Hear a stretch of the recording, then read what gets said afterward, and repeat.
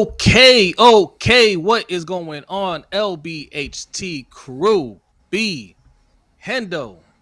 What is going on? Not much. Just Not chilling. really. No.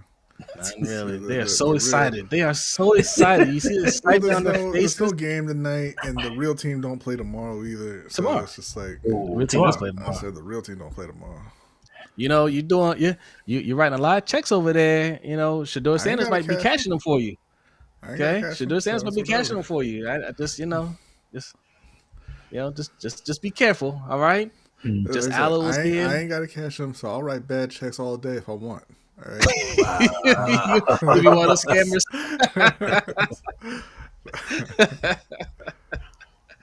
All right, y'all. It is Wednesday. Happy Wednesday. Hope your week is going well, but if not, hopefully it gets better starting right now. We are streaming live on YouTube, Facebook, and Twitch. So wherever you're watching us, make sure you hit that like button, follow, subscribe, all that good stuff. If you're listening to the audio form of this, it is Thursday on your lunch break. We hope you're enjoying your lunch break. Make sure you leave a 5-star review because we are trying to grow on that side of things. So share it with your friends and loved ones as well. And listen, we got a little announcement. Okay, look, everybody just calm down. All right, calm down. And you might have gotten an email notification. You might have noticed the join button on your screen there. Yes, we came to an agreement with YouTube. We are temporarily opening up the YouTube membersps. That is the merger that everyone's talking about today. It really is. It really is. Because that was something that was a line we weren't going to cross. That was the one thing we absolutely were not going to do. They contacted us and said, "Hey, let's work something out," and we did for a limited time. So if you want to get in on the action, okay, that tier is only one tier. It's $5. It'll get you access to our overtime show. I didn't put the link for Discord in there, but if you want to get on the Discord, just hit us up and we'll let you into the Discord. So Patreon is still the main way to sign up. Patreon.com/LBHTShow. But if you want to do YouTube membership, $5 and you get access to the overtime show and our Discord channel. All right. This is interesting. And the link, the very first thing that we said when we turned it on was that we are not going to promote it, and here we are. Very first thing. hey, just, I still promoted Patreon, but it's there. And if people sign up, we want to make sure they know where to find the overtime show. It is posted in the members section. So when you sign up, you look in the members only comments, you'll see the post for tonight's overtime show. All right. DDSQ, what's good? I be saying what's going on. Osman, salute. Avon, happy birthday. Wow. Wasting absolutely no time. There you go. As a member. Thank you, Bazel. Appreciate you. Salute. Appreciate you. Like you said, Hendo, we do want to give a happy birthday to Davon. I'm not sure if he's in the chat. I didn't see him or not. He's in the chat. He's in the chat. There we go. Happy birthday, Davon. I hope you have a wonderful day. Hope you're getting to spend it with family. Like I said, hope them filthy Irish let you go this year. Talking about the Notre Dame Fighting Irish before you get upset. Davon has been a long time captive of that fan base. Yes, not the real Irish. But listen, hey, Danity is here. Salute to Danity. Danity says the crew is back. Welcome everyone to the chat. It's a big show today. Hit the like and subscribe.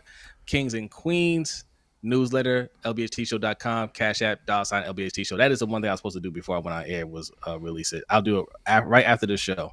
I'll send it out. And you know what? Yeah, I should wait anyway because I want to add this show to it. So right after this show, it'll be ready. All right.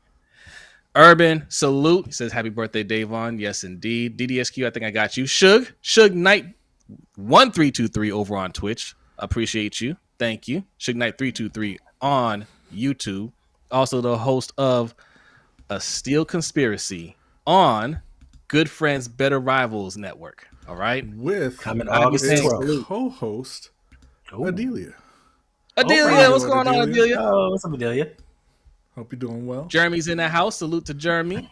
What's up, Jeremy? Appreciate you coming through. D Weezy's in the house. All right. D Weezy. Yeah. Jay the Six is there here. He is. What's Salute. up, D-Weezy? Salute. All right. I mean, they're piling in quick. Noah's in the house. What's going on, Noah? It's the birthday boy Davon. When they pile in this quick, you know football season is near. I'm not putting Noah's comment up because Noah did not get back to me about what he wants for Tedero McMillan, so we're gonna skip right on by that. But I appreciate you coming through, Noah. Wow. All right. There he is. All right. Preseason starts tomorrow for the Ravens. Friday for the Panthers. We have a lot to discuss. Big Reg, what's going on? What's up, Big Reg? Cool. All right. So thank you to Bazel being the first YouTube member to sign up. He's a Patreon member. He's a YouTube member. Bazel is a big supporter of the channel. We really appreciate you, Bazel. All other channels. All right. Be awesome like Bazel. Okay. Sign up for membership. Go to Patreon, patreon.com/LBHTShow. Go to the website, LBHTShow.com. Sign up for the newsletter. All right. Yes, Shedeur is starting, and we're going to talk about that as well. I think that's one of the questions, in fact. So we're going to get into it. But first, we like to start every show with a Black History fact, and B and Akole have a Black History fact for you.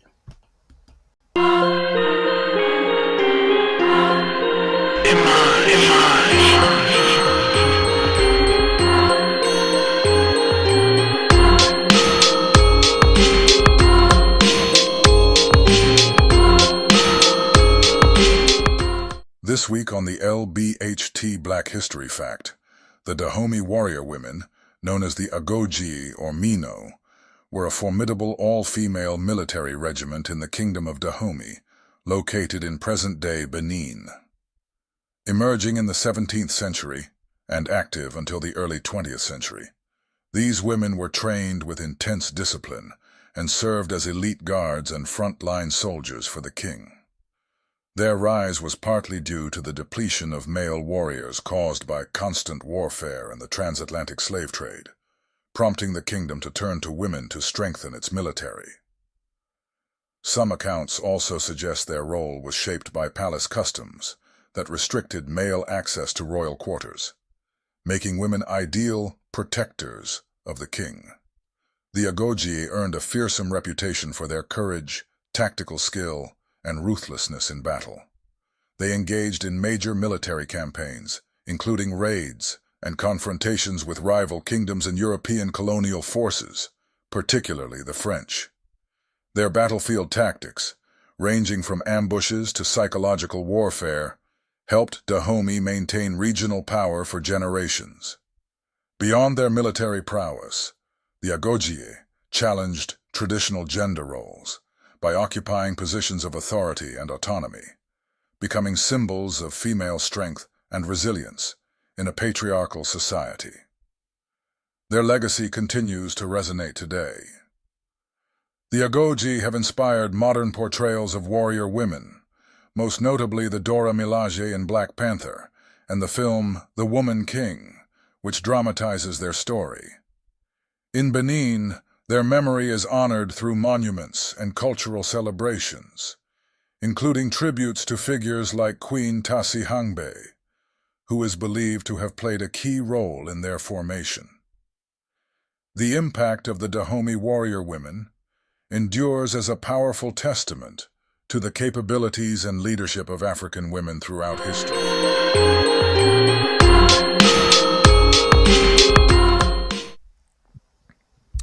Salute to that Black History fact. How many of y'all seen The Woman King? I have. Great movie. Dope movie. You know, and it's one of those movies that I didn't even really have, high expectations for. Some movies you just go to watch. You know what I'm saying? Like, not everything has to be up there. Just enough to entertain me, and I'm good. That's what I was expecting. It was really good. So if you haven't watched it, go check it out. Yeah, I, on the other hand, I have very high standards for entertainment. I don't watch stuff just because. And The Woman King was fantastic. Yeah, it was. Yeah. Same with Hendo, because Hendo only likes about 5 movies. That's true. That's true. Make it 6. Because that was one of them. I love movies that talk about history and kind of gives you a glimpse into the past. So, if it's anything like that, travel, talking about travel, customs, facts, fiction, felons, stuff like that. Yes. Indeed. Hendo's dropping a little Easter egg there. Okay, just keep that in your mind. All right, fact, felon, and folklore. All right, Folklore. just keep those 3 Fs in the back of your mind, because you'll be hearing more about those down the line. Okay, all right. Ola Killer Cam. Jeremy. What's going on, Cam? Oh, well, he didn't say anything to me yet, so never mind. He said mucho gusto. Jeremy asking if I'm going to watch War of the Worlds with Ice Cube. Absolutely not. Disgusting. Listen, Ice Cube is one of my favorite all-time rappers. Okay, to go from Boys in the Hood to this, riding around with Tucker Carlson in the hood. Yeah, I can't watch. All right, what? I can't watch. I watched that movie for all of 52 seconds. I was done. I couldn't do it. Yeah. Yes, Davon. It was. I haven't watched it, but I'm not even going to say he's a terrible actor or anything. But if the premise of your movie is it all takes place on a computer screen and one dude's reacting to it, Ice Cube ain't the dude. If they would have made this a comedy and put it on Tubi, it's all about how you package it. It's all about how you package it. You know what movie I really like from him? You know what movie I like from him? What's the one where he's a teacher and he wants to fight Charlie? Oh boy! What's that movie? He's like, they have a fight at the school. Yeah, it was Fight something. I can't remember now. That was hilarious. That was kind of funny. That was hilarious. Yeah. All right, let's get no more Ice Cube talk, because it just makes me sad. Yeah. All right. Speaking of fights, the Ravens and the Colts had a fight yesterday. All right, pretty big fight. That escalated pretty quickly. All right, off a punt. Fist fight. Yeah, it was who was it that got into it? Was it Adisa Isaac? No, Keon Martin. It was Nate Wiggins getting ejected for throwing uppercuts. Wow, it was Keon. That was secondary. Yes, it was Keon. He pushed the guy. They pushed it back and forth, and then Nate just came off the top rope. He said, "You know what? Not today." Bow. I saw a helmet fly up in the air. Now fights happen in camp. Okay. Hey, Tracy. Thank you. What's up, Tracy? What's going on, Tracy? Thanks for coming through. Happy to see you.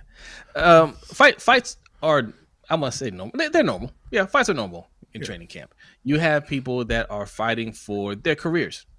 Mm-hmm. Especially when you're talking about the joint practices where you're going against another team. You don't want to look bad in front of your coaches and your teammates in that setting. So people get set off pretty easily. Yeah.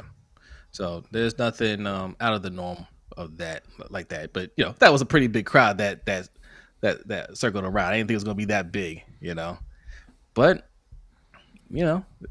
tempers flare up, and it's that's how it goes, and we'll see if that spills over into the game tomorrow. I think it'll be a little bit more physical, because it is obvious on both sides there are players that really, really, really, really want to make the team. Mm-hmm. And I hope we see more of that on the Ravens defense. What I heard from camp, from this joint practice, was a mixed bag, right? You had Lamar in the offense, had a few good drives, a few not so good drives. The defense was okay, although what I didn't like was they said that Anthony Richardson and Daniel Jones. Daniel Jones. They both had a high completion rate for both of their reps. Okay, you had to dominate them. I know it's practice. I know maybe even a lot of starters didn't play, but we drafted a lot of guys. We were supposed to be developing a lot of guys. I want to see them go out there and dominate.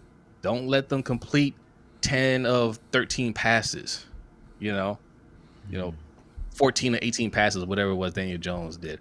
So it's practice though. I get it. It's practice, but I want to see some good performances in this preseason game. But I want to ask you guys, what are you looking for in this game? Like, what players are you looking to stand out, or who are you excited to watch? What do you expect to see out of this game?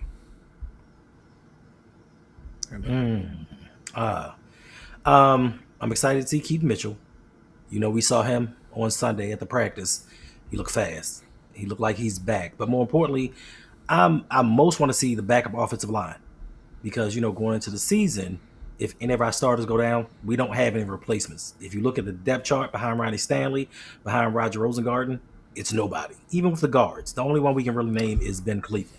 Note boom, he ain't that guy because we saw him Sunday and he was just getting bullied. Got ran over.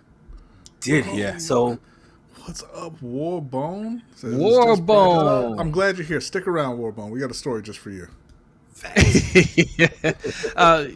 No. Like, Warbone, it's not overreaction. We're just, but we're reacting to what we're seeing. That's all. Go ahead, Hendo. Yeah, so it's pretty much just the backup offensive line, just to see what they can do, and some of the rookies to see how they actually handle their first live game action. So those are some of the things that I want to see, and just for us to stay healthy. I know Davon did not call him Quick Feet Keat like he's in the 1950s, but all right, I guess he's excited to see Keaton Mitchell. For me, as I said when we did our breakout show, it's going to be Devontae Walker. I told you as soon as he got drafted that he was going to provide nothing in his rookie year, and not that he wouldn't be a good player, but that he just wasn't going to have any impact as a rookie. But I'm excited to see how he's developed and if he can come out and make an impact for the team this year. I'm kind of expecting him to almost split that third wide receiver role with DeAndre Hopkins. I expect him to have around the same type of production this season because DeAndre is not the same DeAndre Hopkins as he used to be, and Devontae should be ascending, right? So I'm looking at 400 yards, 5-6 touchdowns, somewhere in that range for Devontae. I don't think that DeAndre is going to have too much more than that based on the offense they run in Baltimore either. So I'm excited to see if he can kind of fill that role for Baltimore. So screw Tylen. I mean, listen, I'm a fan of Tylen. Chris converted me. I wanted Carolina to go after Tylen, but much like Sir Ben Cleveland, y'all bring some people back just to sit their ass on the bench, and Tylen Wallace is one of them.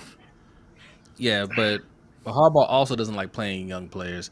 I don't think Tez Walker gets on the field. I don't know, man. They're saying he's impressing. They said Shamar Bridges was impressing as well, and we saw. Yeah, he was in that group. Yeah, it just wasn't a great. But listen, from some of the things that we saw the other day, Xavier Gilroy, Keith, whatever his name is, Kirkwood, that guy. Keith Kirkwood been blowing up training camps for a decade and a half, bro. Gilroy looked good in that. He ran that game in Carolina too. Good. Yeah. By the way, shout out to we even mentioned it.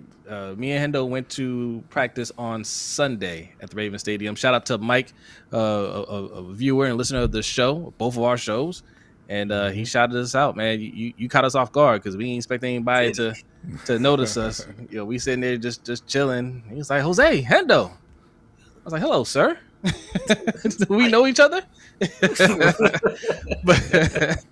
But we appreciate it, man. Thanks for coming and say what's up, man. Appreciate it. Yeah, Gilroy looked good. He made some nice deep catches in that practice. So I want to see what he does out there. Keaton Mitchell, yes, I want to see him in some live action.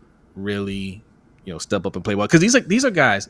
Keaton Mitchell is somebody that we're hoping can give us some spark, right? Some contribution. So I need to see him go out there and play like he can really give us a contribution, not just be a guy, Now, the obvious one I want to see, and he was killing in the camp quietly because they weren't allowed to hit the quarterback, is Mike Green. Listen. So what I think he had 0 quarterback hits? Yes, correct. And you're excited? I think Malachi Starks is going to be good. I know Mike Green is going to be good. That's not how we roll over here. Princely already got himself a couple QB hits. Yeah. He almost got suspended. You can't stop the young hunters down in Carolina. All right. I know y'all got some timid gentlemen in there in Baltimore. What's the name of that drill where they circle? It's just the linemen battling each other, offensive linemen and defensive linemen. It was at the end, Hendo, and they're all circled around. Coach, if you're in here, I'm not sure what the name of that drill. It's just the quarterback is there hiking the ball, and then they gotta block for the quarterback. They're not throwing at anybody; he's just kind of standing in the pocket. And we got a donation from Dr. Doom 666. What did it say there? I missed it. Keep. That's on the Hold on, I got you. I gotta refresh it. I was gonna ask B to pull it up. I have it right here. All right. He says, is the crew talking about the face who runs the place, the king of Latveria, aka the doctor of thugonomics, Dr. Doom? I know who this is. Jose, my movie coming soon will be a cinema masterpiece. Don't hate me because you ain't me. See you, Franklin Richards. D Weezy out. All right, well, thank you very much, Doom. Appreciate that. Thank you, Dr. Doom. I think we all know if you guys don't know, that was Robert Downey Jr. Yes, that was Robert Downey Jr. I'm not a fan of Robert Downey Jr. playing Dr. Doom. Dr. Doom is one of my favorite villains in Marvel. Very disappointed by the news that he's playing Dr. Doom. Apparently, he made a cameo appearance in the Fantastic Four. I don't care if I spoiled it for you. Right, the movie's not good. Okay, wow. I didn't see it yet, but I'm gonna tell you right now, it's not a good movie. Talk from a man who has not seen the movie. I haven't seen it. I don't know. It might be good. Don't let me discourage you from seeing it.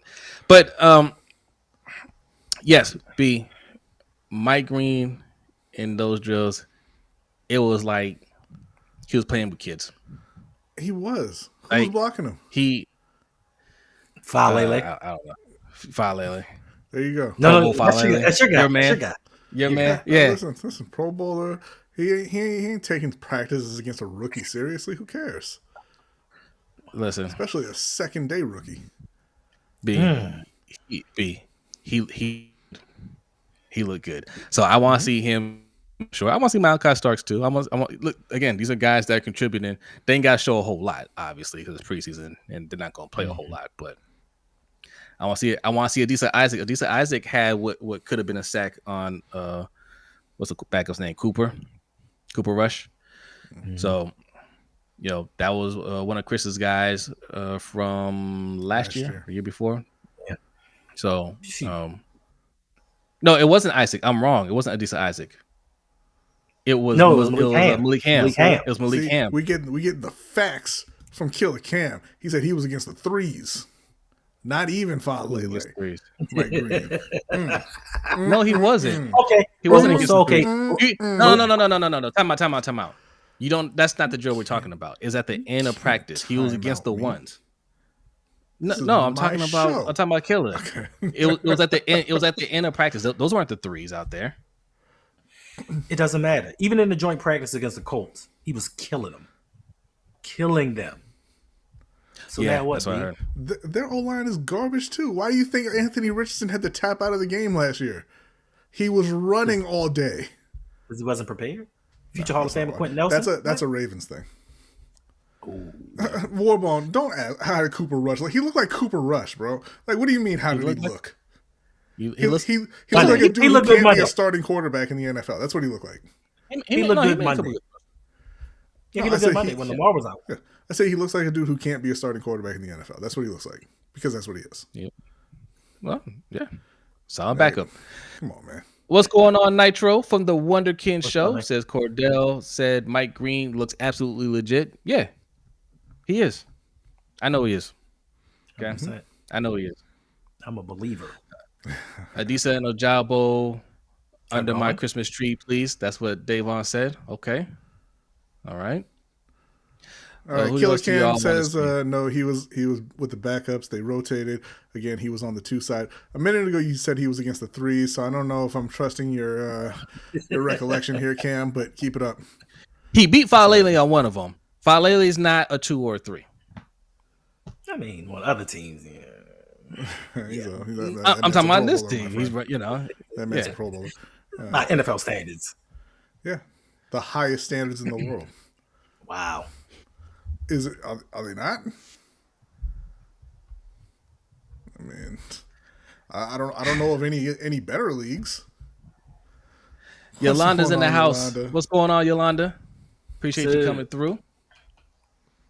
All right, we got 50 people in here. Oh, my bad. We got 60 people in here. Go ahead and hit that like button. If you're new in here, hit the subscribe button.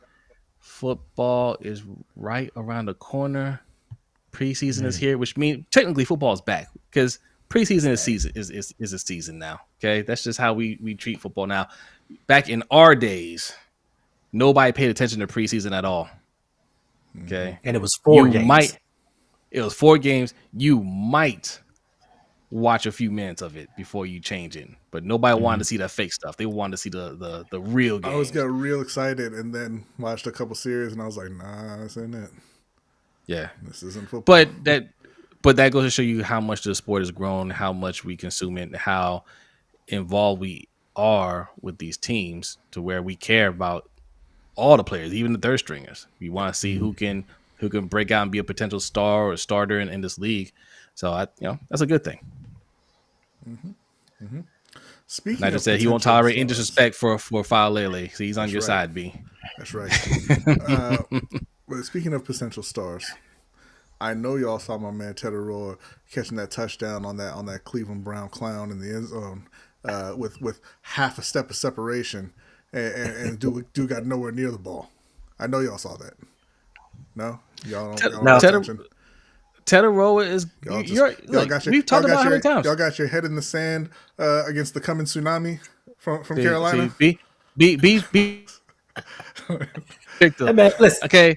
We all think Shedeur is going to be that guy, and you're all right. That dude. And the disrespect from Brodny. What? Because what I thought he was going to sit here and say was, "Did you see that catch from Xavier Legette?" I didn't see. He didn't. You didn't see it. I only saw a couple clips from the actual practice against Cleveland. One of them was Shedeur. Actually, I think a couple of them were Shedeur. But that kind of leads me into what I'm looking for in that game, the preseason game. I believe they're playing on Friday night against Cleveland. Obviously, that's going to be a game that everyone is watching because Shedeur Sanders is starting for the Browns. Yep. You could say unexpectedly since he was the QB4 on their initial depth chart. String. But good for him. I hope he goes out there and plays like garbage like he should, and every other quarterback should against the Carolina Panther defense. But outside of Shedeur, because I'm interested to see how he looks as well. Really, really, really, really got to see how the linebackers and safeties for Carolina play. They are an area for concern, to say the least. They put out their initial depth chart, and it's Trevin Wallace is the number 1 inside linebacker, and then it's, I mean, you could say anybody's name and I would believe you. Like, there's no one behind Trevin. And Trevin is not this isn't Luke Kuechly or John Beeson we're talking about here with Trevin either. He's a second-year player still trying to find his standing in the NFL. Opposite Morrigan at safety, nothing there either. I've heard some good things about Ransom out of Ohio State, the guy they drafted this year, but I don't suspect that he's ready to actually be a starter. So it's going to be rough on the second and third levels of the Panthers defense potentially. But we did see some flashes from Bobby Brown, from Cam Jackson, and I mentioned before, Princely has been looking really good in practice. Derek Brown is back. So I'm expecting Carolina to be rock solid in the front 7. Or not the front 7, the front 4, I should say. Outside of that, on the offensive side, everybody I know is going to be looking for Bryce and Shedeur, and see how they look. But I'm interested to see how Etienne carries himself in this game.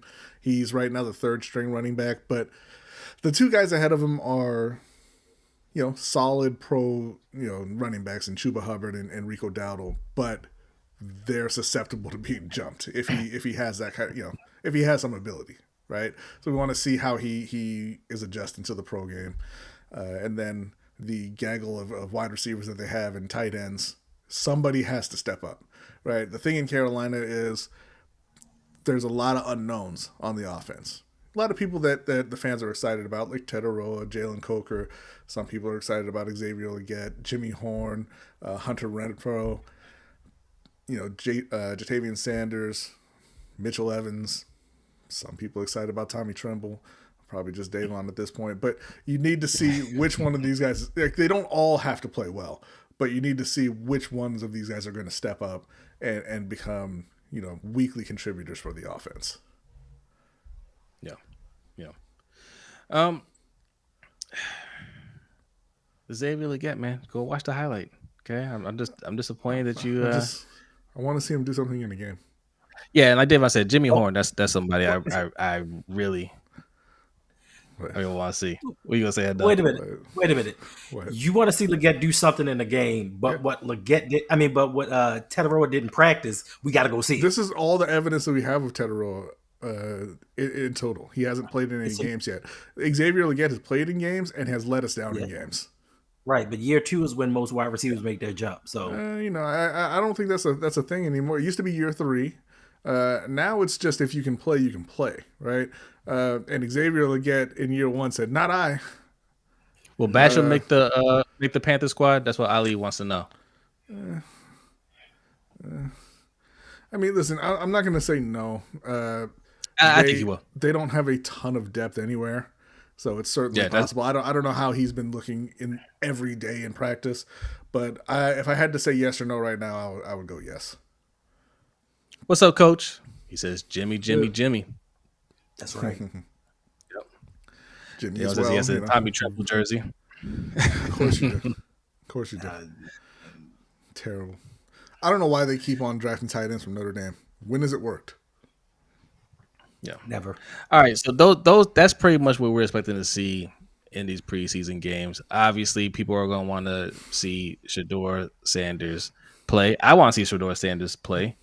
Mm-hmm. This is Cleveland cannot get out of their own way. Right. They cannot get out of their own way. They can't get out of their own way of being a clown show, right? You have everything you need to really compete in this league except quarterback, and you're completely bombing that position. They've thrown so many darts at that position just this offseason. Joseph Flacco, former Super Bowl champion. Kenny Pickett, former first-round pick. And then they drafted 2 guys this year. They've thrown explosive darts. Sanders, Tyler Huntley. They just signed Pro Bowler Tyler Huntley. Deshaun Watson. They got 6 quarterbacks. Deshaun can't play this year. Is what they're throwing at the board. Okay, every time they dart somebody, it blows up.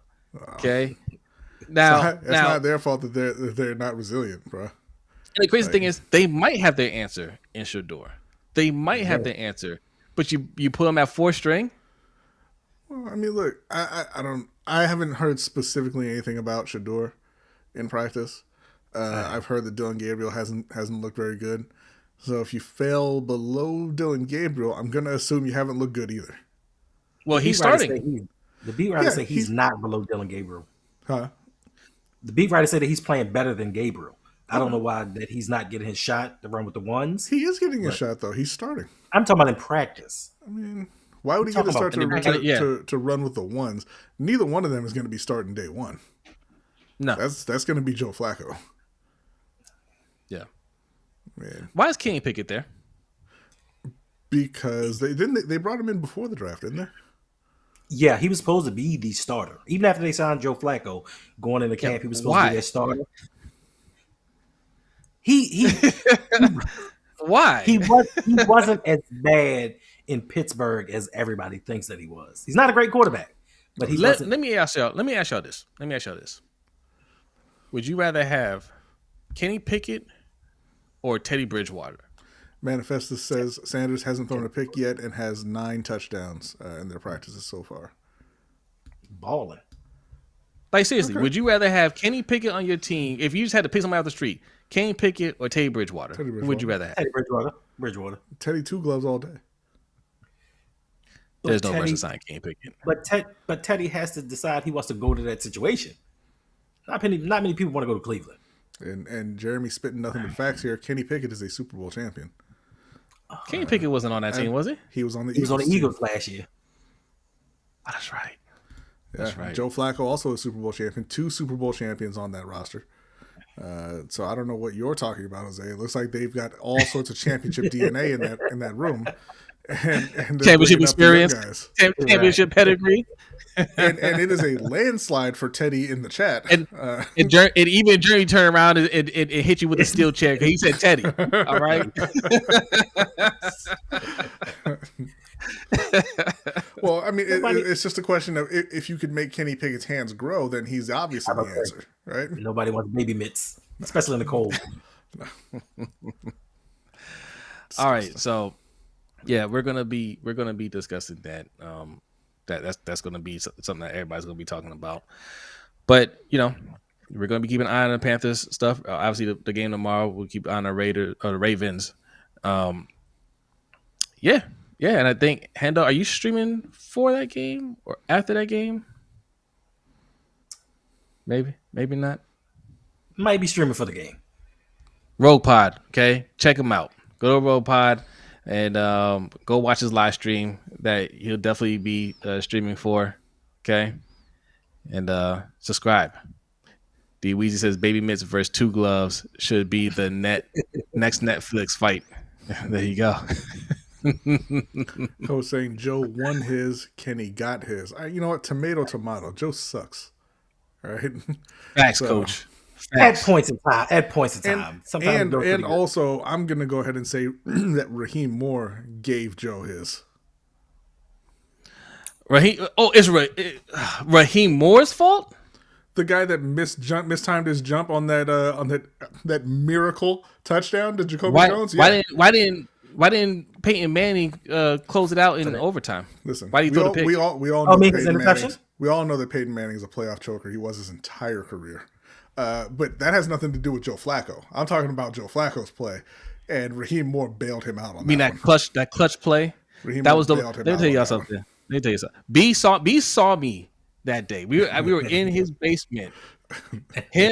B and our dad were just looking at me lose my mind because he tried to run the play before that. Take that down. Right? Which he Joe Flacco can't run. He can never run. And he took a hit, and I'm like, what are you doing? We don't have any time left. And it looked like he was trying to run again. And I was like, look at this idiot. Right? We're going to take another hit. Right? It's going to be 4th down. We're not going to have any time. And he launched the ball in the air. And I yelled, where is he throwing that? And immediately I said, he caught it. He caught it. And I ran upstairs. and I will tell you one thing, man. I'll tell you one thing. Jacoby Jones wasn't necessarily a great receiver during his career, but my man was an after-the-catch wizard in that playoff run. Yes. When Joe threw that pass up and I saw it going to Jacoby, I was like, please catch it. Please. He caught it. He caught it. Jacoby, yeah. And hit him with the. Yeah. So sweet. I still remember that. I punched a hole in the wall right before that. I was so mad. I was so mad. Shameful. Yeah. Flacco had a ton of key drops in the playoffs. Yeah, we know. But he had a ton of key catches. Yeah. Torrey Smith. Lamar can get a couple. Look, now Lamar's had his key drops. Can we get the other side of it? Thanks. Andrews, right. Please. You got the other side of it. Sort of like Zay loves to run around in circles like Jacoby did. He just doesn't straighten it out at the end to score, but he's got the circle part down. Listen, it was his rookie year, and we all just kind of give him a pass. But my man fumbled the ball at the goal line. That hurt. Well, he got punched out. Great play. Still a fumble. Great play from Great play from Legarius. Yeah, I'm not even mad at Zay Flowers. He's trying to make a play. Yeah, right. It's just unfortunate. it was. Damn. It was. Damn. We need you to make the play. Yeah, caught it like a punt, Davon. Okay. All right. We're going along fine here. I like this pace. All right.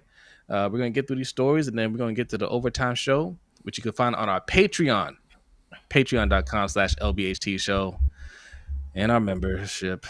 Okay. You can click the join button down there like Bazel did. Thank you, Bazel. Appreciate you. You guys like memberships. I get it. It's more convenient. YouTube has figured out a way to con you into sign for memberships through YouTube. And we're playing the game for now. They contacted us and said, hey, let's come to a short-term agreement. And we did. There you go. And if you sign up, just go over to the comment section for members. I think it shows up on your end, members only, and you'll see that I left the link for the overtime show. So that'll happen right after this show. All right. So check it out. And if you want to sign up for a Discord, just leave a comment. I'll post another comment in there. I'll leave the link in there so you guys can sign up for the Discord as well. And once you're in the Discord, we don't kick anybody out unless you do something to get kicked out. Okay. All right. What we have next, B? All right. We got a few.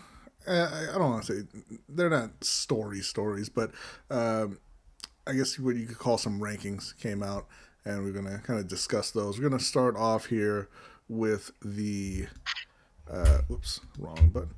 The NFL Top 100. These are the quarterbacks who have made the list so far. You got Tua at 91, Dak at 79, Sam Darnold at 72, Jordan Love at 68, Bo Nix coming in at a tidy 64, Matthew Stafford at 59, Justin Herbert at 56, and then Baker Mayfield right in the middle at the 50 spot. And they're asking which QBs will be revealed. They've got 8 openings there. I think we all know 5 of them at the very least. Lamar, Josh, Joe, Pat, and Jalen. So I see Dak Prescott, Bo Nix, Baker Mayfield are highlighted. That's just because they're in the picture. Oh, gotcha. Okay. Yeah. I didn't put the two together. Yeah, they're the ones that are featured in the picture there, so they just highlight their names. I thought what we want to do is we want to have we want to talk about where the rest of the quarterbacks are going to land. Not the specific number, because I mean, who knows with you're throwing them in there with every other position, but right. The order that you have the rest of the quarterbacks in. Starting with the number 1 and then working your way down to number 8. You want to go first? So 8 quarterbacks. Okay, so I'm assuming there's 8 more. Just they left 8 blanks, so I guess we'll just go with 8 more. Okay. All right. So you got Lamar. You got Pat. You got Jalen. You got Josh. See what I did there? You got Joe. Mm-hmm. Oh, in fact, start over. You guys know how to do it. It's Lamar, Pat, Jalen, Jaden. That's right. That's right. Okay. And then, Josh, Joe. That's 6. Who are the 2 I'm missing? Who else? Who am I missing? You got Dax on there already. Herbert. Herbert's on there. Herbert's already in it. Warbone. Listen. I understand that you're a diehard Cowboys fan, but look, it's based off of last year. Dak shouldn't even be on the list. He played 8 games, threw 11 touchdowns and 8 interceptions. Well, look, this isn't our list. Let's just be clear about that. We're just predicting who we think will be revealed. Right, on but he's all upset about these people. And Tua not better than Dak. Tua wasn't ranked ahead of Dak, bro. Come on, man. But again, this is based off of last season. Like Dak shouldn't be in the top 100 players based off of last season. So CJ. CJ. I got I forget. Just put him back. Up the list there, and then Who am I missing? Oh, Wow.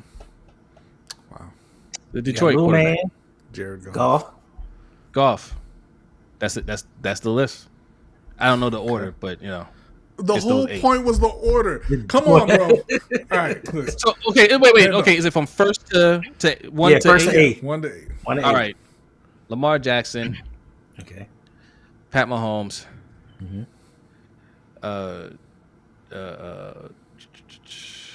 Who did I say? Jalen. Yeah. These Joe. Jalen's are killing me. Okay. Jalen Hurts, Jaden Daniels, CJ, Josh, Joe Burrow, and then Goff, Jared Goff. That's my 8. Hendo. Oof. Of course, Lamar, then Patrick. Then I'll go Josh, Jalen, Barrow, Jaden, Kyler Murray, CJ, and Goff. Wow. Okay. It's going to be Lamar. It's going to be Josh Allen. It's going to be Joe Burrow. Then Pat. Wow. Well, again, we're basing it off of just last Based year. off of last year. They were all better than him last year. True. Yeah. We're going to go Jalen after that. Mm-hmm. That's where it starts to get tricky. We're going to go Jared Goff at 6. Ooh. We're going to go I think I'm going to go Jaden at 7. And then that last spot, that's a tough one. Because you could go, there's a lot of guys who could kind of slot into that last spot. You could go Kyler, you could go Brock Purdy. I'm going to say, it's obvious, right? Bryce Young. Boom. Bryce Young. I thought you just said we're going off of last year. Carolina No. Reaper. You just said going off of last year, though. Yeah, Bryce should be 1 if we're going off the second half of last year. All right? So Sam Darnold gets no love? Sam's already on there. He's already up there. He's He's on 72. the list on there. Where is he? Oh, he is there. Okay. Yeah. Okay. I don't think Stroud should be on the list based off of last year. That's fair. So I think that I kind of want to go Geno. I think that especially considering the garbage O-line that he played behind, he played very well. I believe they got to 10 wins last year, and that was mostly due to Geno Smith. So I'm gonna put Geno in that 8th spot. Okay. But I don't think that. I think there's a lot wrong with the list that they have here. Sam Darnold shouldn't be on the list at all. I understand he had a great season for Sam Darnold. It's based off of performance last year. I understand, but he didn't perform all that well last year. There's a difference between having good numbers and playing well, right? I think that we can agree on that, right? Yeah. I don't think he played that well. Bo Nix definitely shouldn't be on this list. Bo Nix had as many horizontal yards as he did vertical. So he shouldn't be anywhere near this list. Matt Stafford, I don't think, should be anywhere near that high on this list either. Now, since we're not including the playoffs, Justin Herbert's right where he needs to be. And I'm very happy to see Baker Mayfield bouncing back. He looked like he might have been done after his days in Cleveland, but very happy to see him find a home in Tampa and get his career turned around. Yeah. Oh, you got two former Carolina Panthers quarterbacks on there. Nice. Mm-hmm. Yeah, Dak doesn't belong on there at all. No, he doesn't. Not for last year. Not for last year at all. No.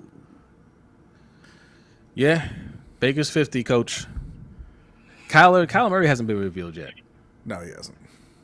I was thinking about Kyler as well, but I think he probably doesn't make it. He doesn't make it. Yeah.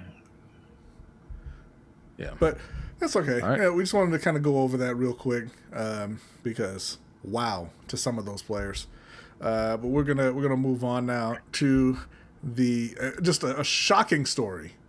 And Warbone, this is the one that's here specifically for you. The best odds to get the number 1 pick in the 2026 draft. This is according to DVOA projections. And if you don't know what DVOA is, that is the brainchild of Aaron Schatz. If you don't know who Aaron Schatz is, that's the one guy who prevented Lamar Jackson from being a 2-time unanimous MVP. I kind of hate for him that's how he's known, but you made your own bed. Because he does know football, and he felt bad about it, right. You know. But you made he didn't know he was going to get exposed. Yes. But you made your own bed playing it. And you've got the Carolina Panthers at number 1 with 15.9% chance. But if you scroll all the way down, who is that in the 8th spot? Is that the Dallas Dak-led Cowboys with that 3% chance of landing the number 1 overall pick? Incredible. I mean, 3% is a lot less than 15.9. It is a lot less than 15.9, but 8th is much higher than anywhere else on the list, which is where you would have expected to be the Dallas Cowboys to be. Okay, Coach. Okay, you want to take shots from the chat? Okay. Cool.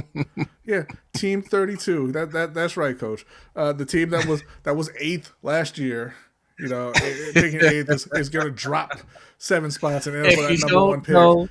If you don't know what that's in reference to, and you guys need to be checking this out, Sip to Tally Films and more Sip to Tally Films. Coach puts out a power rankings. He's put out videos for each team explaining where they're ranked and why they're ranked there.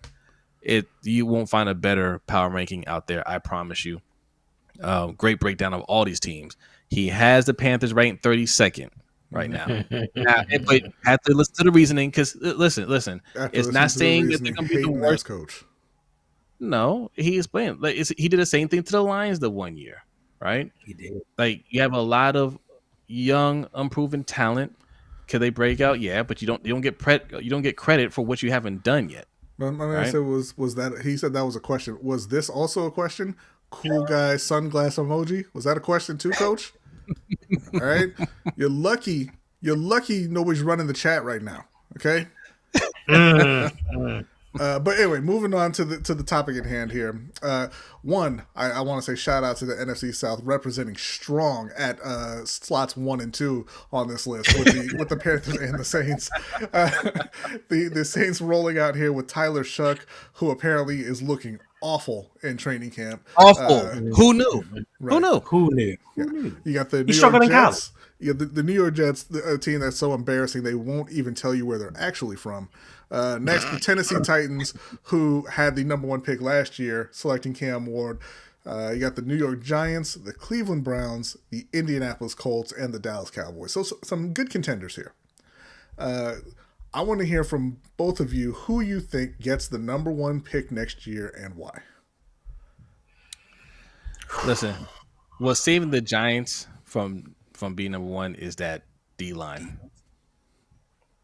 All right. Mm-hmm. That's what's saving them. Like they could grit out some wins just from that front 4 alone. The D-line Jose's referring to Dexter Lawrence, who may be the best D tackle in the league, Brian Burns, Kayvon Thibodeau, and the addition of Abdul Carter, and possibly the addition of Christian Wilkins, who was Dexter Lawrence's college teammate. I don't know what's funny about that. It's just an unemployed NFLer looking for a new home. True. Yeah. True.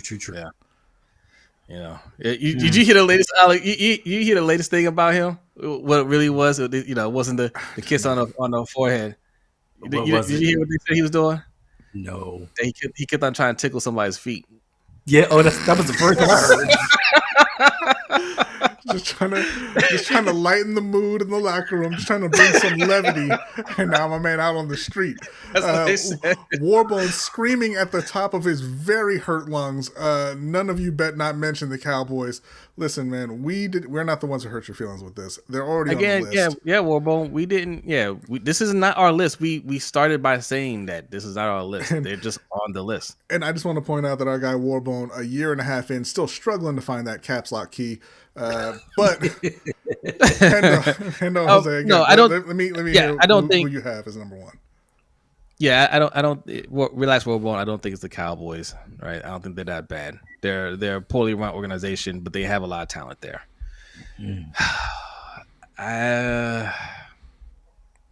Saints.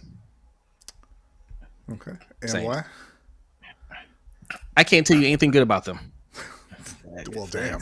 I guess. All right. I mean, what better justification than that? And listen. If you're a Saints fan, I'm sorry, I don't follow you enough. But I mean, are you excited about the season? I don't think so. Alvin Kamara's, he's always hurt. Defensive Alvin stars Kamara's going to get traded. Kamara's going to get traded. He ain't trading. Nobody going to trade for him. Yeah. The defensive stars are getting older. Chris Olave can't stay healthy. Your quarterback couldn't play in college. Like, that's why they may be in line for it. That's not my pick, but they have a myriad of reasons why they could be number one. Well, tell me who your pick is, Hendo. My pick is the Dallas Cowboys. First and foremost, listen, I'm not even being Warball's like, excuse me while I unsubscribe. I'm not even being smart. You got to think about it. Dak Prescott, is he going to be healthy?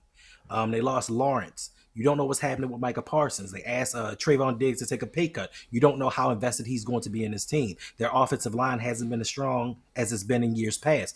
They play in the NFC East. There are a lot of reasons why they may not be the team that they've been in the past. They got a new head coach. They lost their running back. They took what is it? Javonte Williams. They got Javonte Williams. They got Miles Sanders and Jadon Blue. Exactly. I mean, okay. So there are reasons. Let's assume Dak stays healthy. You got George Pickens. You got CeeDee Lamb. I mean, that's a lot of firepower there. And I'm with Warbone. I don't think they're trading Michael Parsons. But you can't run the ball. And your defense may not be able to stop anybody. You didn't hear me say Miles Sanders a second ago? What did he do in Carolina? What did he do in Carolina? He got himself a job with the Dallas Cowboys. He had some yards. He made a lot of money. He got some money. He got some money. He got some yards, and he got himself a job with the Cowboys. And once again, we have to assume that Dak is going to be healthy. We have to assume. We don't know. And yes, the offense. I think the offense may be straight passing wise, but when you're one dimensional. And you never know what Jerry Jones has up his sleeve. He may want to get the number one pick. Yeah. They have to do a fire sale for that to happen. To be worse than the Saints? I mean, you playing it. They play. Go ahead. I'm sorry. They play in the NFC South, so the Saints are guaranteed at least several wins. No, my friend. No, my friend. No. But see, I was about to jump in and help you out with your prediction there. If Dak gets hurt early in the season, that could be just about it for Dallas. It won't take a lot, but I don't think he's going to get hurt. I think he's going to be healthy, and I think they're going to be challenging for the playoffs. So it's not going to be Dallas. I think that it is going to be the Indianapolis Colts because you drafted quarterback number 4 overall. You gave up on him even though you knew it was going to be a long-term project. You brought in Daniel Jones as the alternative to that quarterback. We all know Daniel Jones can't play. You can't block. Your coach is on the hot seat. And instead of addressing the O-line in the draft, you went and you got a tight end who apparently has an attitude problem and nobody likes him. So, yeah, you've got some talent, right, in the skill positions. They have good wide receivers. They have Jonathan Taylor. But you can't block and you can't play quarterback. And it's one of those things that everybody's going to look at and be like, man, you have, all these guys. You have Jonathan Taylor. You just drafted Tyler Warren. You got these receivers. How could you not win? Well, it's because you couldn't block. And then you had Daniel Jones and Anthony Richardson running for their lives and throwing picks all season long. And your coach is probably going to get fired mid-season. So I'm taking the Indianapolis Colts, trying to reset their franchise with Arch Manning. Oh, all right. Okay. I mean, Texas to Texas. Are there any candidates that aren't on this list? Any that aren't on this list? I am going to say that. Wow.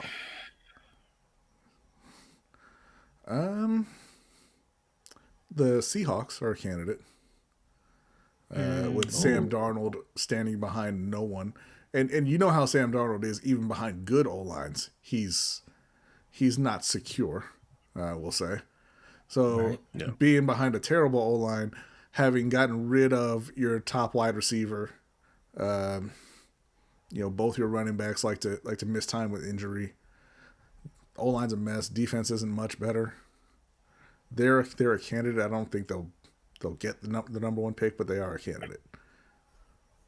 I say Jacksonville. Jeez. That's what I was thinking. That's exactly what I was thinking. They suck. Trevor Lawrence's not that guy. And is he? So did he get his contract already? Yeah. Yes. They could be looking to trade him. The guy. I mean, he just went to the playoffs and won a game. That was a couple seasons ago. Yeah, that was a little while ago. It wasn't a little while ago. I mean, he's only been in the league a little while. And it was a little while ago. Y'all are hating. My goodness. I think Jacksonville is they're prime for. There are several teams who are injury to their quarterback away from being on this list, right? If Kyler Murray goes down, they're right there. Oh, the Jaguars don't need anybody to get hurt for this to happen. It could just happen. Y'all just hating. My goodness. I mean, not hating, tell the truth, but most likely it's gonna be the Saints. It's gonna be the Saints. Most likely it'll be the Saints. Jeremy says Raiders or Dolphins. I forgot about the Raiders. The Dolphins only if Tua gets hurt. The Raiders aren't going to be that bad. Yeah. That offense, they should be putting up a lot of points with Geno and Genti and Brock Bowers. I forgot about Jack Besh. They got the fraud points. I forgot they got the fraud. My bad. Ridiculous. Wow. All right. What we got next? Submitted questions? No, we got one more story real quick. Oh, okay. Yes, we do. My bad. This is tied directly to drafting in the NFL, right?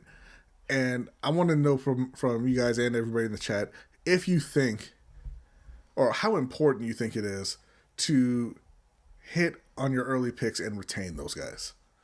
Because we've got a list here showing the first and second round picks that are starters on that team that drafted them, the percentage. And if you look right at the top of the list, you got the Chicago Bears at 91%. Now, Chicago's rebuilding. So, I mean, that's, you kind of expect that a lot of their guys, whoever they draft is going to start, right? The Eagles, who just won the Super Bowl, are second at 90%. So you're like, okay, that's carrying some weight, right?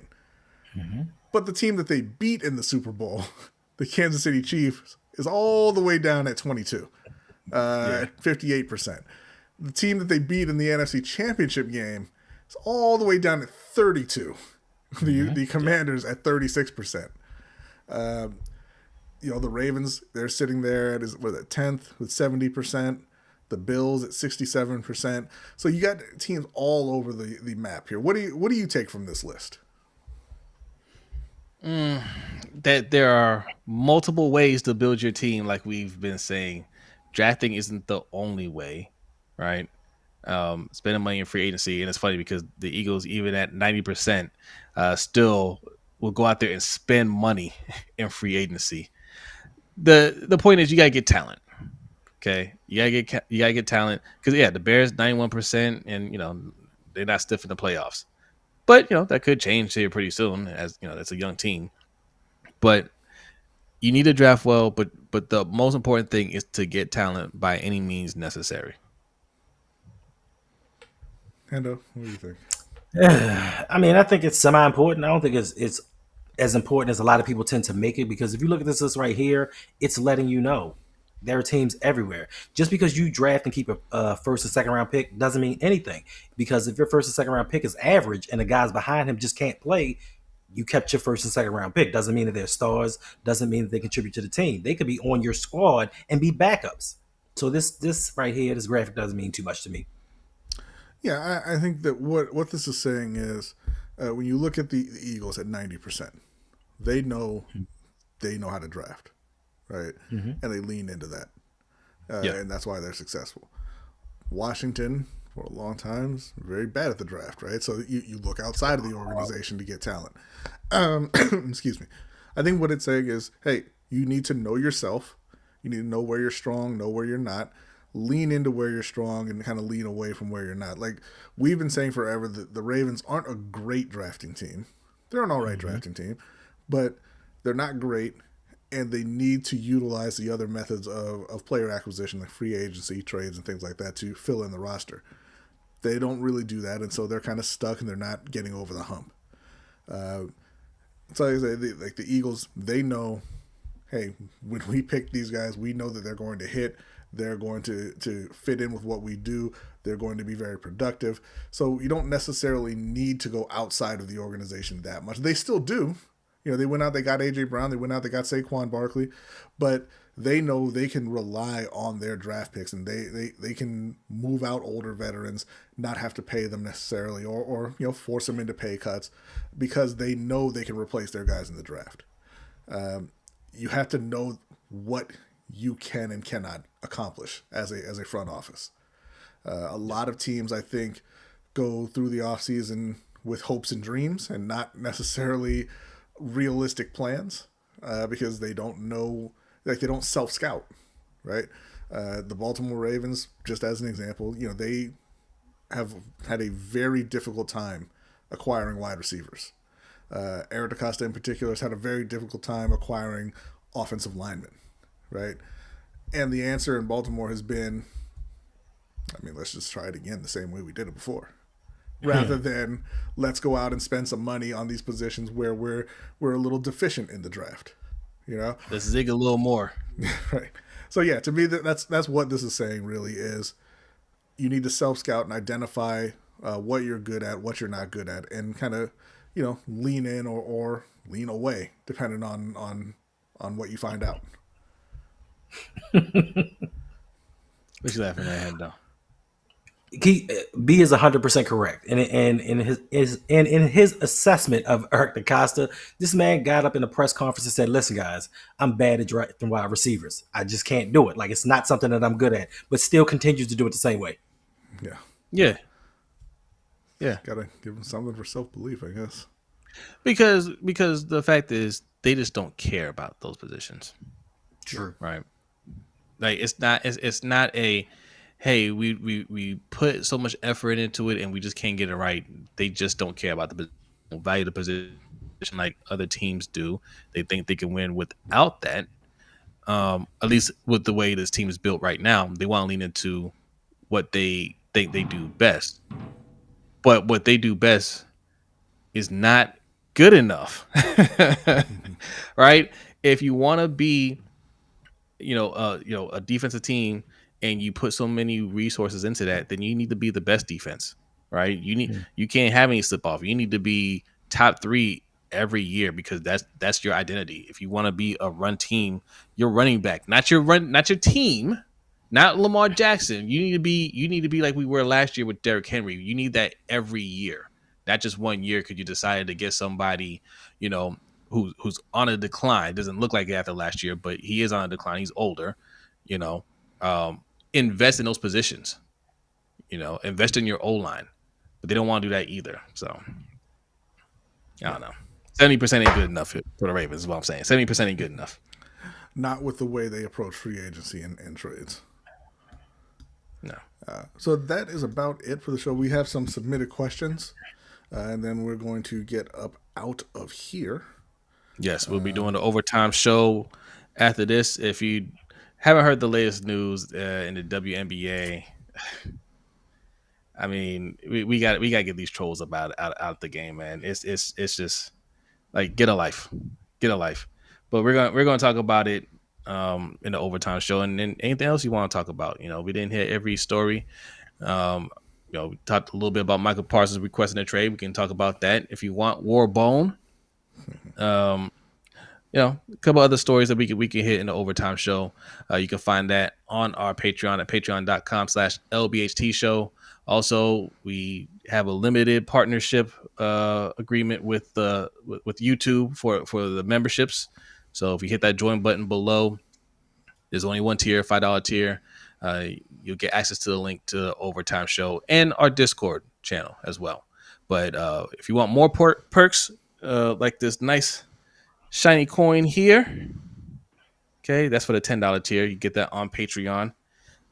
We also have some other tiers where you can get a Ring Kings podcast playing card deck.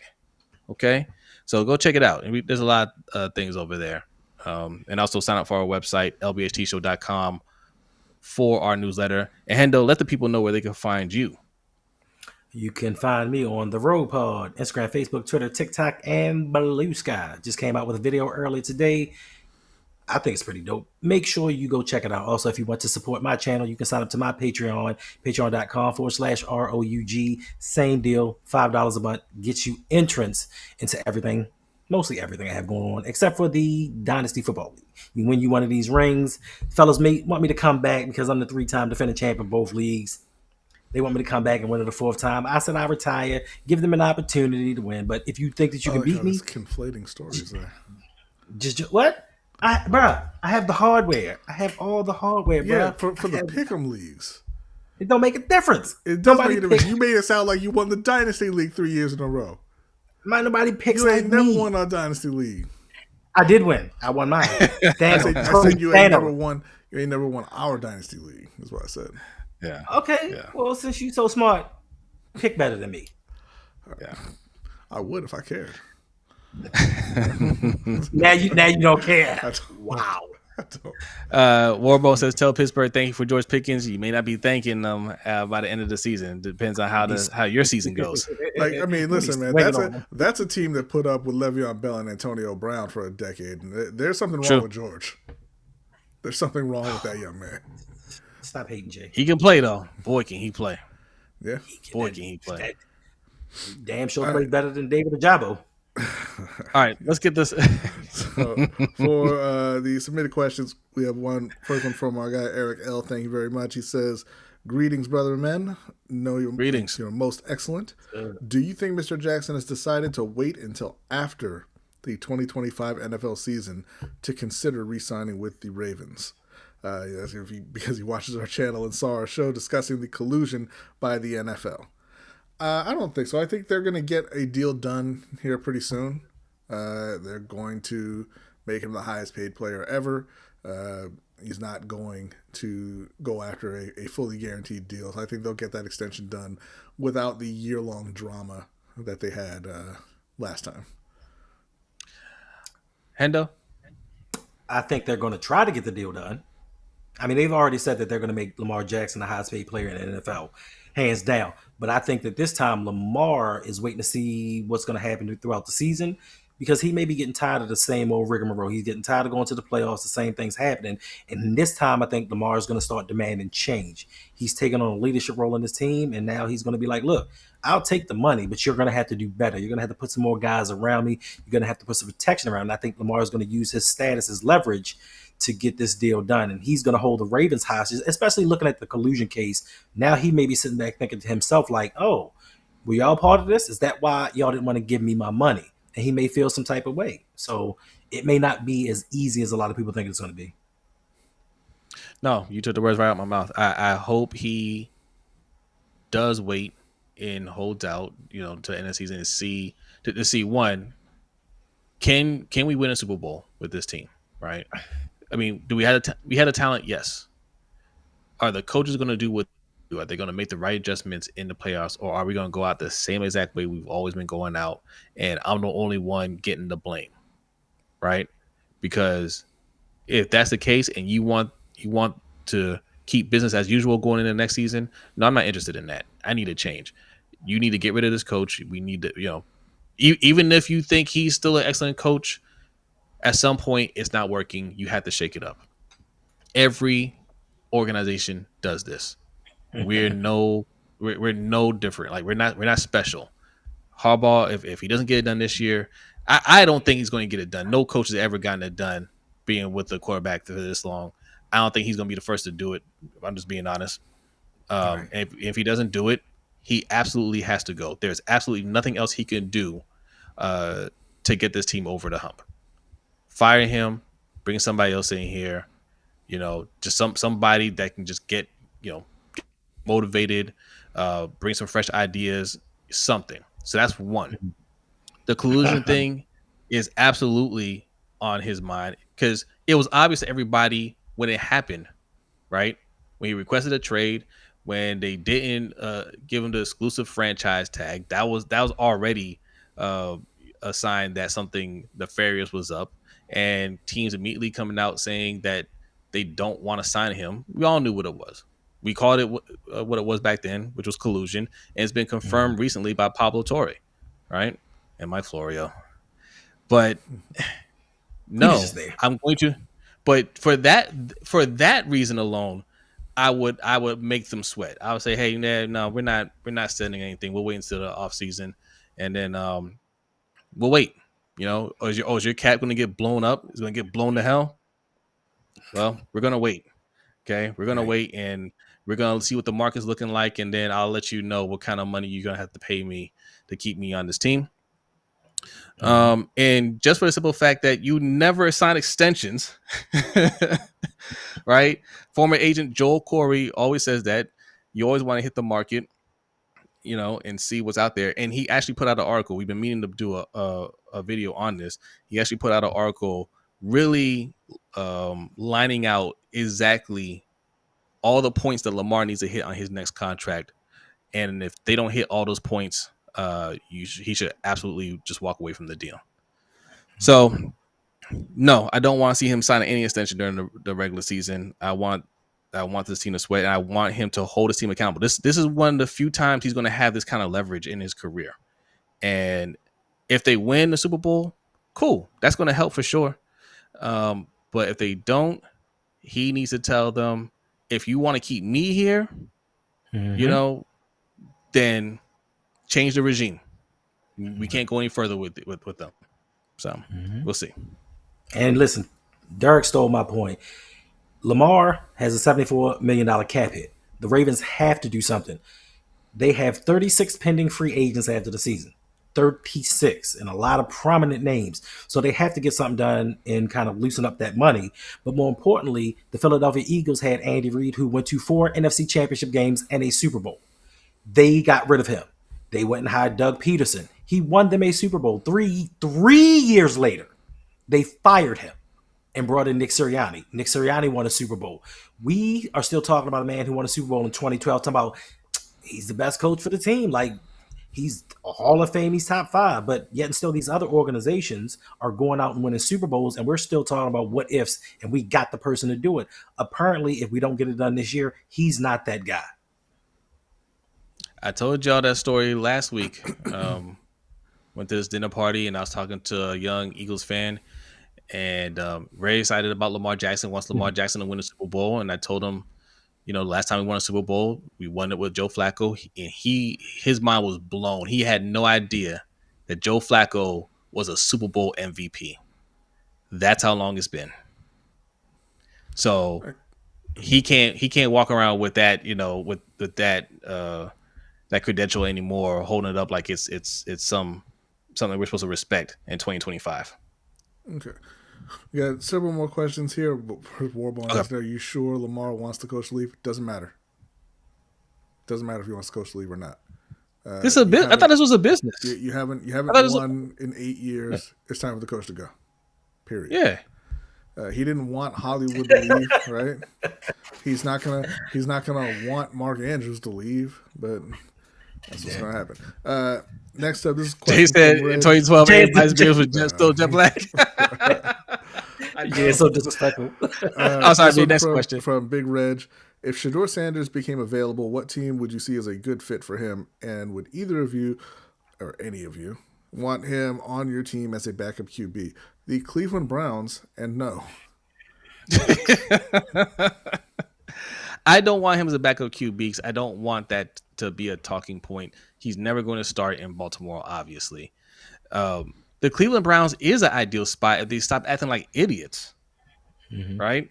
It's an ideal spot for him. I mean, listen, if he's not good enough, then he's not good enough.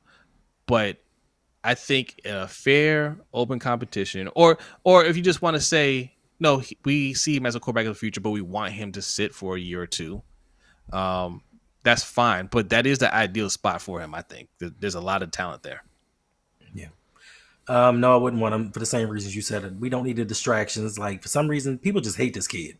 They are calling him the greatest in NFL history. Nobody expected anything of him, but I think the best place for him may be New Orleans, where he should have gone. Yeah, or the Giants, like Warble said. A few questions from Tay. Got it. Okay. First up, which players, if any, will y'all be looking out for most during the preseason for both teams? We kind of went over that earlier. I'm going to be watching out for Tez Walker for the Ravens. As far as Carolina, obviously those two rookie edge rushers and the young group of wide receivers to see who's ready to step up and be a consistent contributor. I'm going to go with Grandpa Thielen and Mike Green. I didn't mention this guy earlier, but he was somebody I saw at camp too that I want to see more of. LeJohntay Wester. Yeah. I really want to see him. You guys know I really want to see Mike Green. Just to confirm what I already know. Just to have some entertainment in the offseason. Listen, the last time I felt really good about an edge rusher was Matt Judon. I told B about this guy. I didn't watch him play in college, but I saw his stats and I was like, anybody that can get that many sacks, I don't care what division they play, he can get to the quarterback. And the first game I saw him play in preseason was against the Colts. And he crushed the court. I think it was Minshew. I think it was Gardner Minshew at the time. No, it wouldn't. Yeah, nice. I think it was. That would have been too long. I need to go back and look at the tape. No, that's too long ago for me. No, that's too long ago. No, it wasn't. Yeah. I think I'm right. No. I think I'm right, y'all. Because Gardner he didn't even Minshew start his career with. Whoa. We could put some plant burger on that one. Plant burger? Yeah, right, we put plant burger on that one. Okay. Gardner Minshew came into the league 3 years after Judon. But he was still would have been playing. But you're talking about you saw him as a rookie in his preseason debut against the Colts. Gardner Minshew wasn't in the league. Wait, he said he came in 3 years after Judon? Yeah. Okay, I owe you plant burger then. Yeah. Well, I was the first one to say you was wrong. What you getting me? Do you want plant burger, B? I mean, not really. Like, I enjoy real food, but I'm saying we can work something else out. Anyway, all right. Look, next up. Hey, point is, Mike Green is going to be that guy. Okay. Look, all I'm going to say, and I hate to say it, because rest in peace to him. But Jalen Ferguson put up some eye-popping numbers. I was thinking that. I didn't want to say that. Yeah. I didn't want to say that. He just so I let the haters say he needed more of an opportunity. Okay, that's all I'm going to say. He had 3 years of an opportunity. Next up, Zach Daddy was trending up. But anyway, Shedeur is currently listed as QB4 for the Browns. How well will he have to perform to move up on the depth chart or attract an opportunity elsewhere to play a higher role? He can't really attract an opportunity elsewhere. He's under contract, but he'll have to play better than the idea of a consistent Joe Flacco. Joe Flacco won them several games last year. The last time he was their quarterback. I don't think it was last year, but he played a little bit. Huh? They re-signed him. He played a little bit last year. Yeah. So I think he's going to have to play pretty close to lights out in the preseason to get a starting nod at the beginning of the year in Cleveland. I think they're probably dead set on it being Joe Flacco, and then once that goes off the rails, as it will, then they'll move in Dylan and Shedeur as they see fit. If he wants to be the starter right away, he's going to have to play fantastic all through preseason. I think he just needs to play.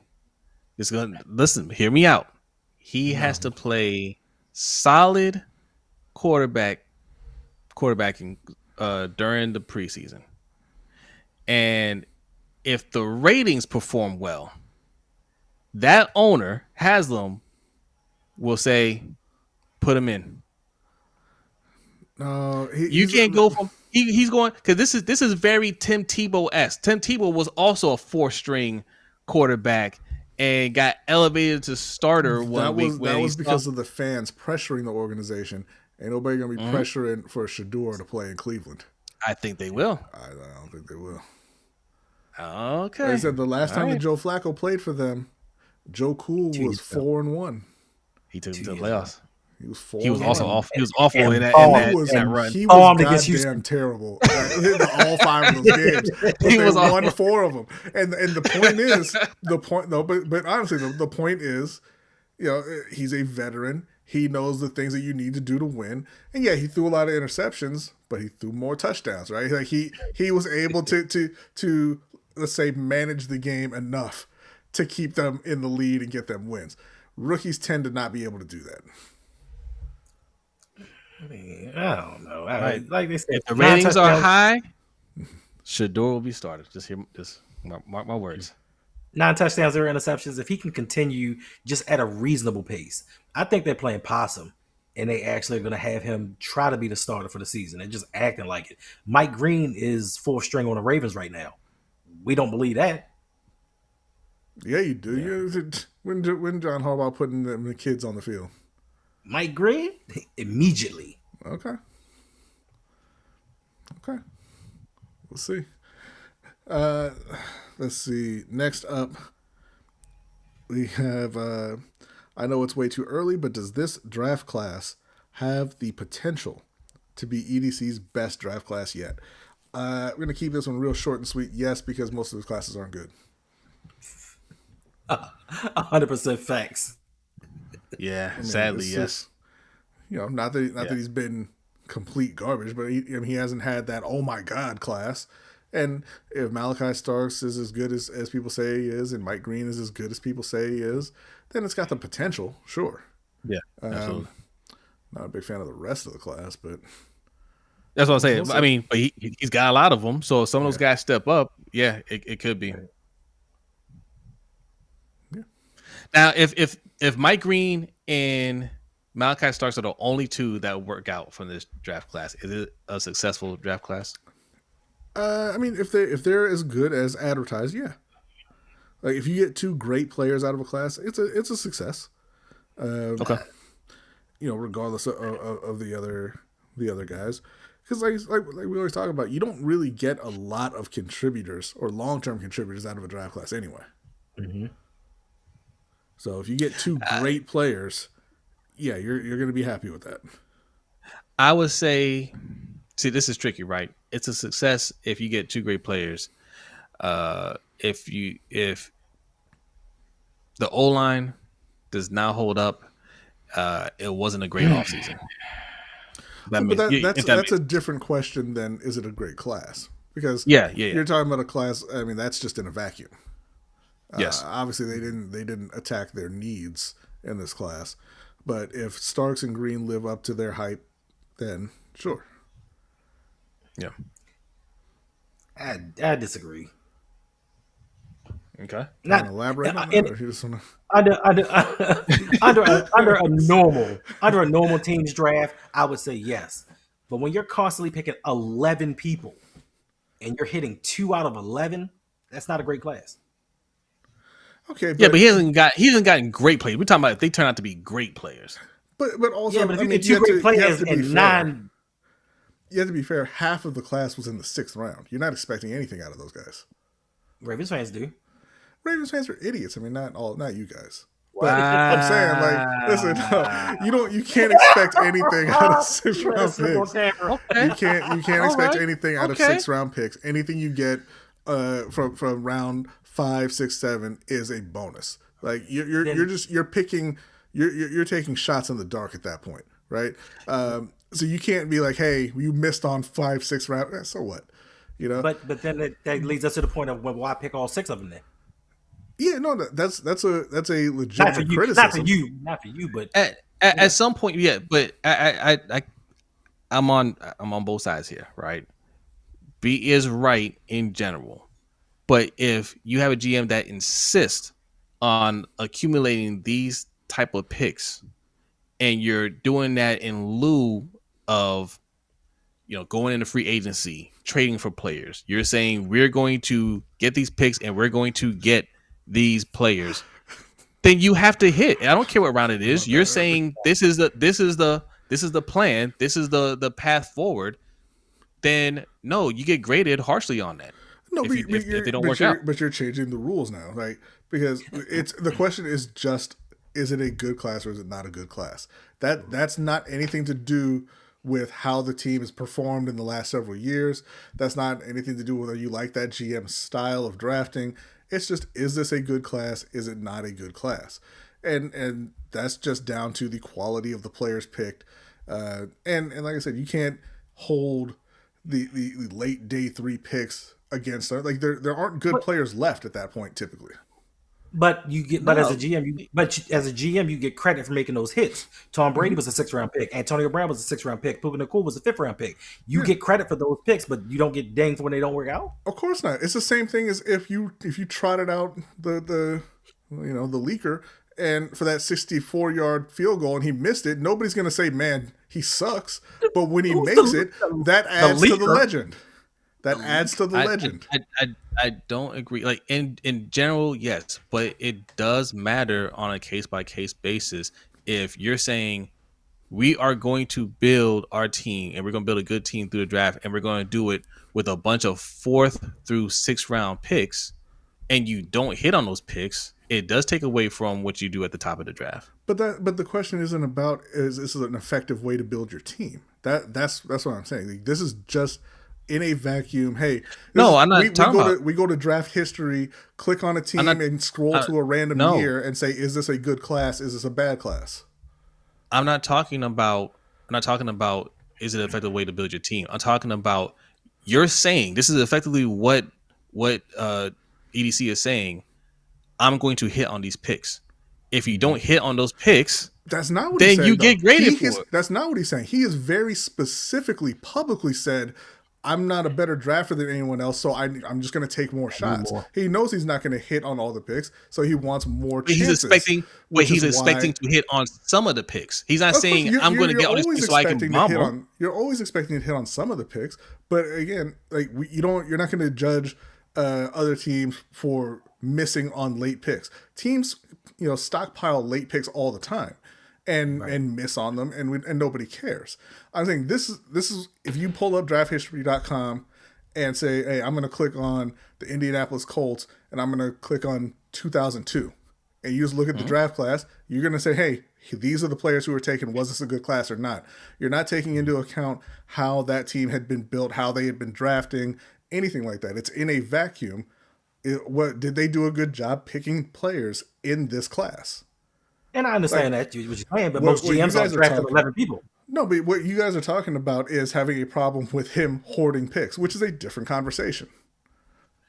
But we're not talking about in the vacuum, right? We're talking about EDC and drafting. Like it's these aren't separate conversations.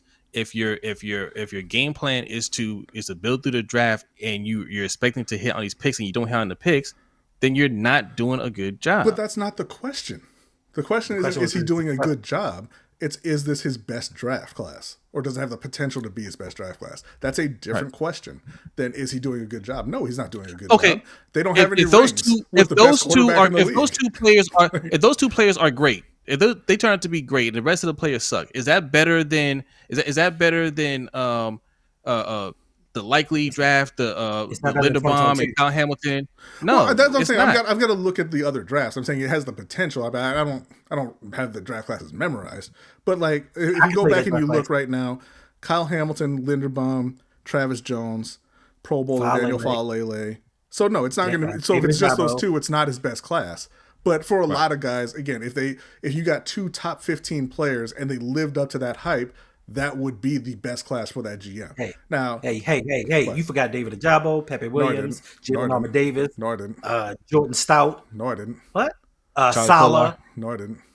Charlie Kolar. Is he even still on the team? No, he's not. And he's in Seattle. He's in Seattle. And Beatty. Oh, wow. Okay. Real quick. Wow. I know this. We're going off the rails here. Tyler the Baddie, you bringing him up?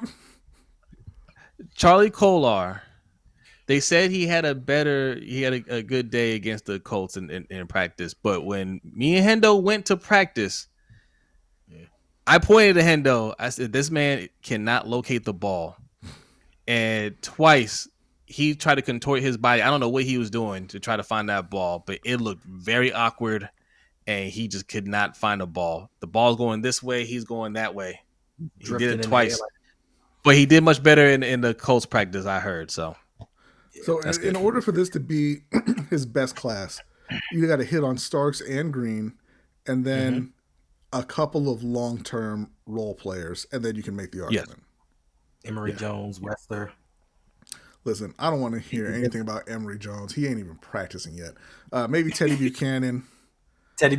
Yeah. Maybe Wester. I know it ain't going to be Luke. I know that. But it's neither here nor there. We're going to get out of here and head over to the overtime show. That is all we have for you for this evening. I really like this whole showing up at 7:45 and being gone before 9:30 thing. I think that's right in the wheelhouse. That's where we live. But do you have any closing thoughts, gentlemen? One more sleep Till Madden 26. Yes. And football is back. Yeah, Madden's unlocking at noon tomorrow. No, I'm talking about for the eventual Super Bowl champions tomorrow. Carolina's not playing tomorrow. Win the South. Hey, I want to give a shout out to the last Roquan. Two times that they started the season with Jacksonville, they went to the Super Bowl. So watch your mouth. All right. I want to give a shout out to Roquan Smith. I think I walked by him today. You know, he was. I'm not gonna tell you where I was at, but we'll walk in and he had his shades on. And he kind of looked at me like, "Is that what I think it is?" And I was like, "I am." You can we'll I'll give you a shout out later. Don't make it a big thing. I told Jose that wasn't Roquan because whoever that was didn't punch him in the face. Why would he punch me in the face? I never said anything bad about Roquan. That's all you. You made him the poster boy for defund the defense. All right, I did not make him paying him $20 million as an inside linebacker. You said, man, you should have just paid C.J. Mosley and wasting picks on Patrick Queen, wasting picks on Roquan Smith, then spending money and he out here overweight, not making any plays, getting beat by Najee Harris, one-eye Najee Harris, mind you. First of all, B just used the time to vent. First of all, Mr. I'm telling. Okay, right, I didn't say those things. Thanks for coming, y'all. We'll see you next week.